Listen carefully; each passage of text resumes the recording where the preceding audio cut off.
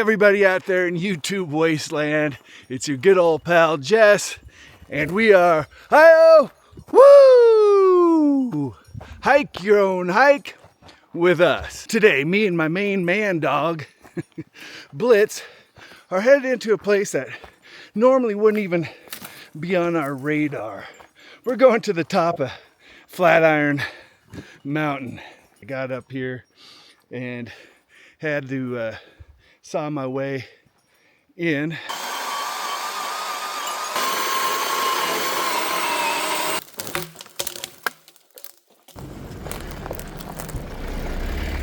Blitz and I are going to do a dry camp. We brought 7 liters of water. Hopefully that's enough. And then the other nice thing is the mountain itself, where hopefully we're going to be able to camp. There's not too much snow. It's going to give us a nice prominence, meaning that we're going to be sitting up really super high, and we're going to have a big 360-degree panoramic view. So it's going to be awesome.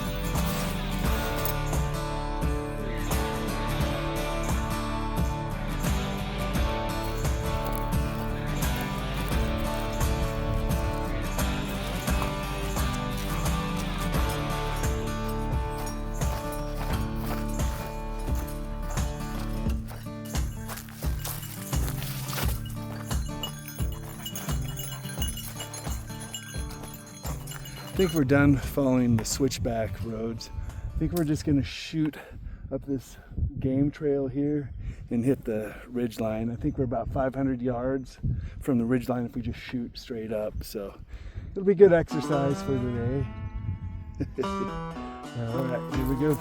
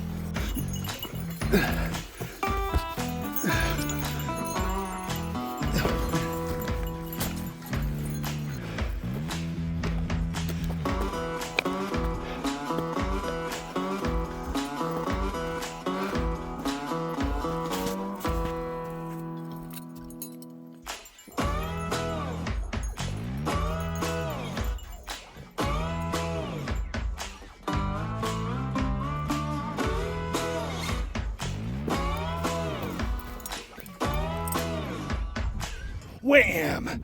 Ridgeline achieved. Level up. We made the ridgeline.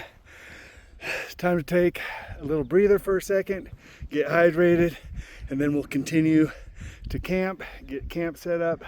But now, Blitz and I both need some Wagwa. Wagwa. It's odd. Water and agua. Wagwa. That's Japanese for water.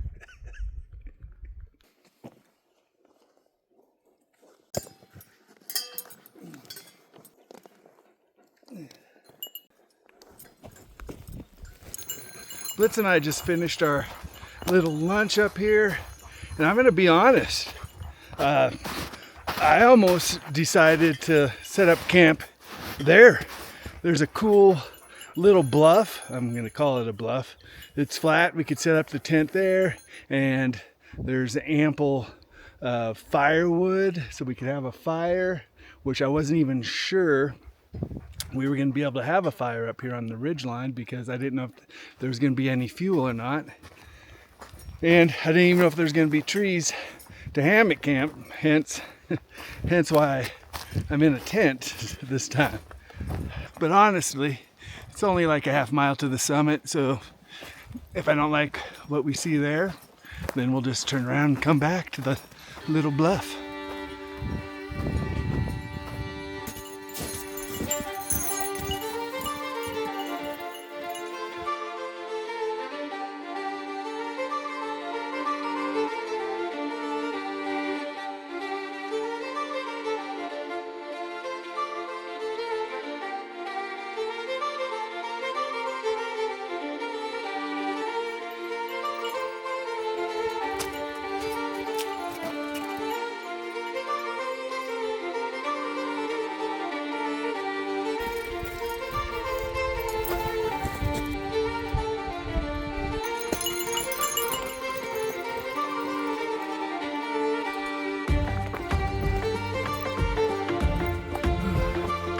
Almost there.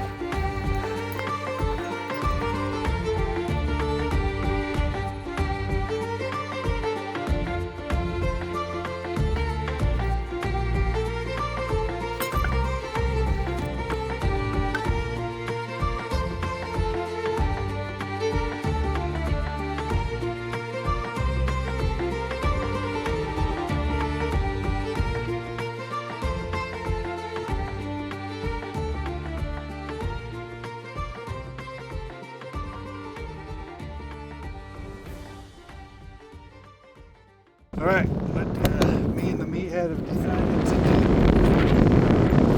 do is head back to that little camp that we saw. And I wasn't the only one up here. Somebody else actually came up today and braved the snow and the wind. So it's always kind of cool to see somebody when you're not expecting it up in the middle of nowhere.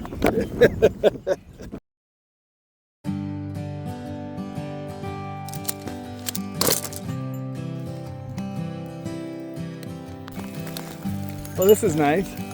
Hailstorm, trying to put up the tents. Good times, good times. Hopefully it doesn't last for very long. Holy shit, goddamn.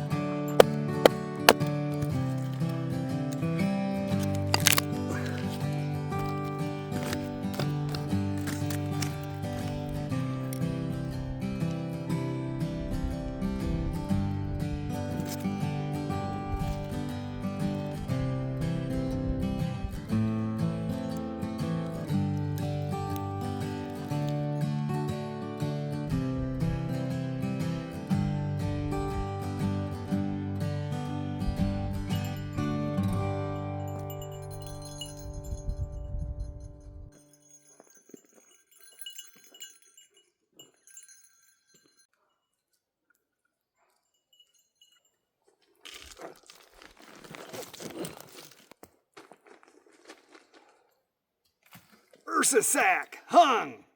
Ding dong. Is an Ursa sack hang even worth a ding dong? I don't know. but we haven't ding-donged in a while, so yeah, I guess it was worth it. Come on, Blitz. So many of you know that I quit drinking, but many of you don't know the reason why I quit drinking and what was the lead up to it. I don't want to give a big dissertation really fast, so it was the weekend probably of September 24th or 25th of 2023. I binged like I normally do, probably 2/5 of Pendleton or 3/5 of Pendleton over the weekend. Went into work Tuesday morning. I have Mondays off. Went into work Tuesday morning, and of course I had the anxiety, I had the shakes. But the night before I was having chest pains. Actually, the whole weekend I was having chest pains. I was like thinking, oh, I'm probably just going to have an anxiety attack or something. So Tuesday comes along, and the chest pains are getting bad. Shakes are really bad. And I leave work early. I leave work around noon. I go grab some aspirin and some beer. And I down a few beers, take the aspirin, thinking it's just a panic attack. The alcohol will bring me down. That didn't seem to work. My chest pains were just getting worse and worse. So I take a shower because sometimes that has helped me in the past with anxiety attacks. I shower, that didn't help. Then I'm like, screw it, take a couple more aspirin, go to bed. I wake up around 4:30 a.m. on the 27th, and a little bit of chest pains. And I'm like, screw it, I'm gonna go to the gym like I normally do. And I hop on that stair mill and I crank it up to 10 or 11. I do 20 minutes. Thinking, man, if I'm going to have a heart attack, I'm going to do it at the gym. At least somebody knows CPR, and they have the electric clear machines. You know, clear, poof.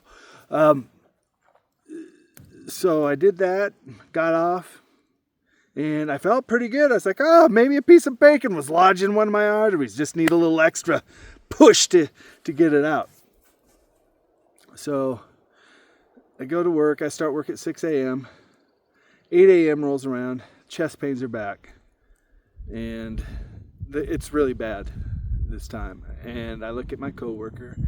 I said, hey, can you run me to the hospital? I said, to the ER. She goes, sure. So we get there. They get me hooked up. My blood pressure is like 180 over 120 or 110, something like that. It was nuts. They have all these wires in me. And one of the sobering things was that I was in that ER room alone and I had no one to call. So that's always a nice wake-up call. And anyway, they run all the tests, they take all the blood, and this doctor comes in and she goes, how long have you been drinking? And I go, well, none this morning.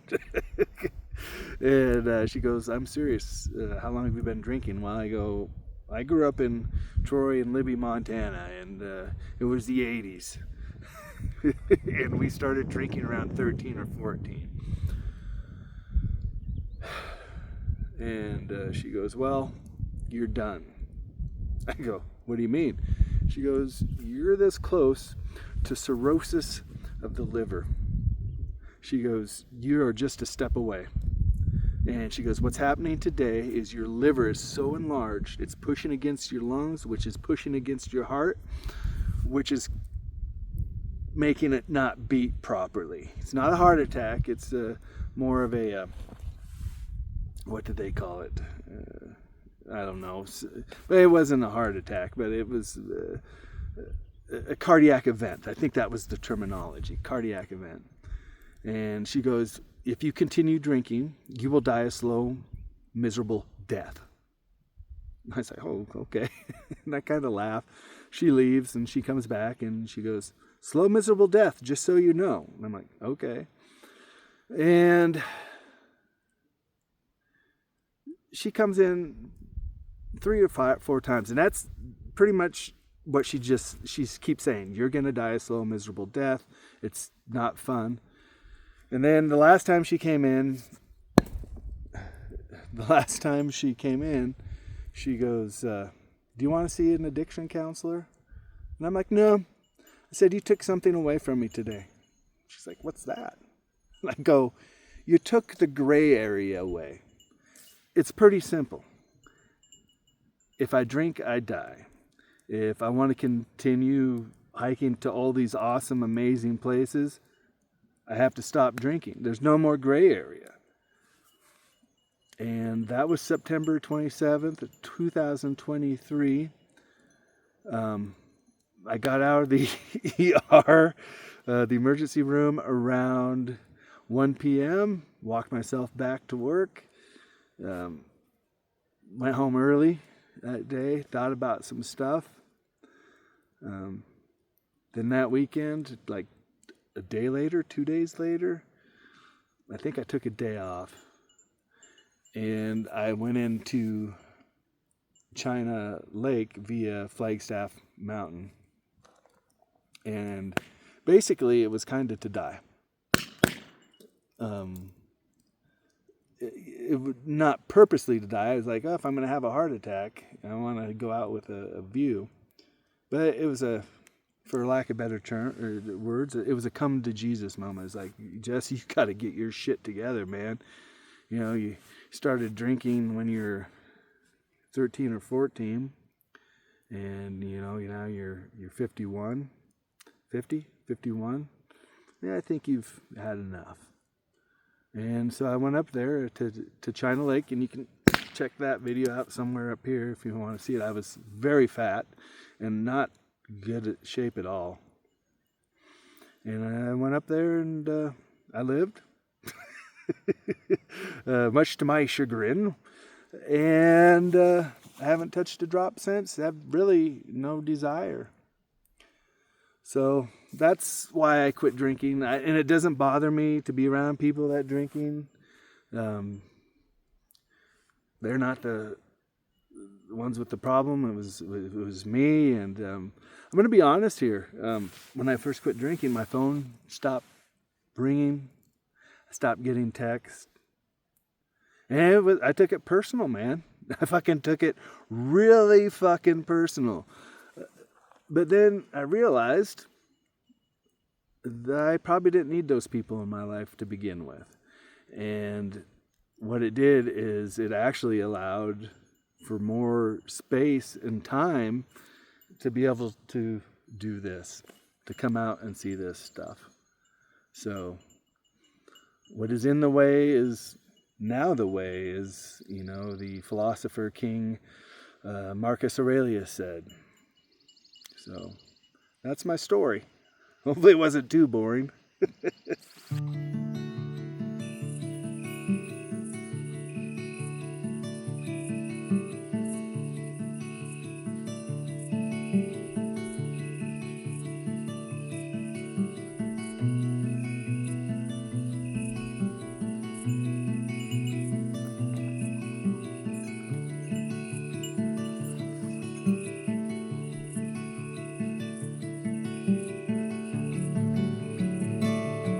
I got my shit together, Blitz.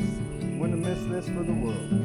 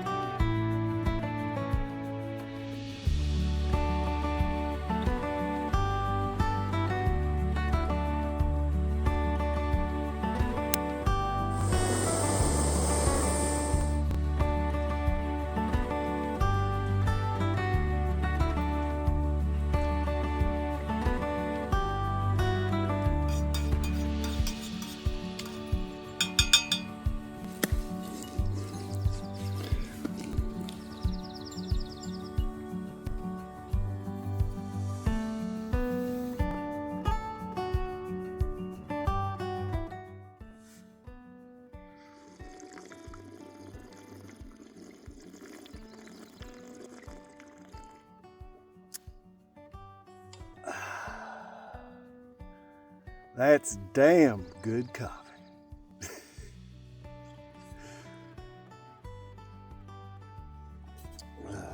Get packed up and eat some breakfast here. Get back to Libby, hit the gym, get in at least a weight workout.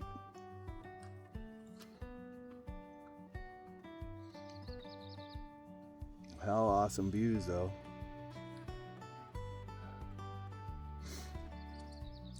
This morning I remembered why I don't like tent camping. I don't like bending down, going in, out. It's just annoying. And then when I had to pee in the middle of the night, hammocks are just so much better. I don't want to pigeonhole myself because I think as a backpacker you should need to be adaptable. It's one of the things I'm learning in life from backpacking is be a little more adaptable, a little more flexible. But yeah, hammock camping has the edge, and I known the trees were going to be this big up here, I would have brought my hammock. But I would love to be able to lay flat in a hammock. That would be ultimate. All right, I'm gonna have my breakfast. A Sam Elliott impersonation. Let me see.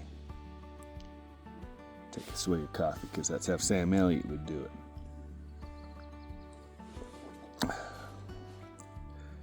He always kind of cocks his head when he talks. His chin's kind of down here like this. He'd be kind of looking at you. And it's like he's talking through that mustache. Let me see. Coors Banquet beer. That's all I got. It's not even good. Final thoughts on Flatiron Mountain. Really fun. We had fun anyway yesterday. The views are amazing, and if you're gonna camp, I would definitely bring, I don't know, I would say 8.5 liters of water. Well, that's what Blitz and I had, 7 liters of water, and I would have felt actually more comfortable with probably 8 to 8.5 because I could feel myself kind of throttling back a little bit in the evening. So we definitely have water this morning, which led to a little bit of cramping last night when I was sleeping. So anyway, I think we are going to follow these cairns down and see if we can't find the trail that we were trying to find yesterday. So, all right, you guys enjoy. Thanks so much.